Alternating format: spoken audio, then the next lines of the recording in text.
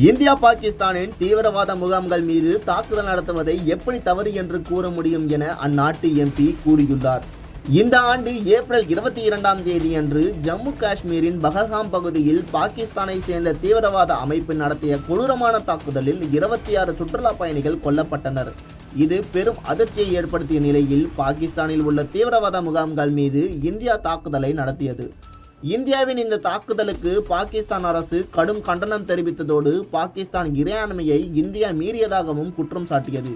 இதனைத் தொடர்ந்து இந்தியா பாகிஸ்தான் இடையே மோதல் ஏற்பட்டு அதன் பின்னர் போர் நிறுத்தம் ஏற்பட்டது.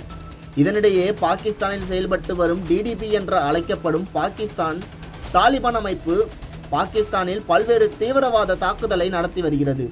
அந்த அமைப்பு பாகிஸ்தான் இராணுவத்தின் மீதும் அடிக்கடி தாக்குதல் நடத்தியுள்ளது. இந்த டிடிபி அமைப்புக்கு ஆப்கானிஸ்தானில் தாலிபான் அமைப்பு உதவி வருவதாக பாகிஸ்தான் அரசு குற்றம் சாட்டியது. மேலும் டிடிபி அமைப்பை தாக்குவதாக கூறி ஆப்கானிஸ்தானுக்கு உள்ளே சென்று பாகிஸ்தான் இராணுவம் தாக்குதல் நடத்தியது.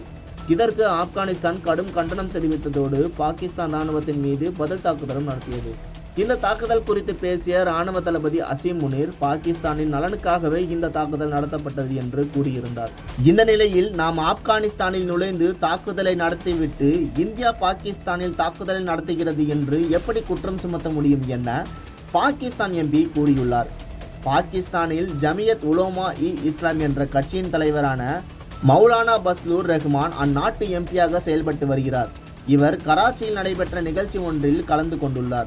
அப்போது பேசிய அவர் ஆப்கானிஸ்தானில் நாம் நடத்தும் தாக்குதலை நாம் நியாயப்படுத்தி வருகிறோம் என்றும் அதே இந்தியா நமது மண்ணில் செய்தால் நாம் விமர்சிக்கிறோம் என கூறியுள்ளார்.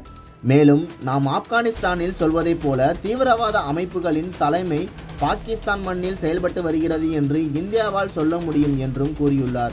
அவரின் இந்த கருத்து அசீம் முனீருக்கு பின்னடைவாக பார்க்கப்படுகிறது.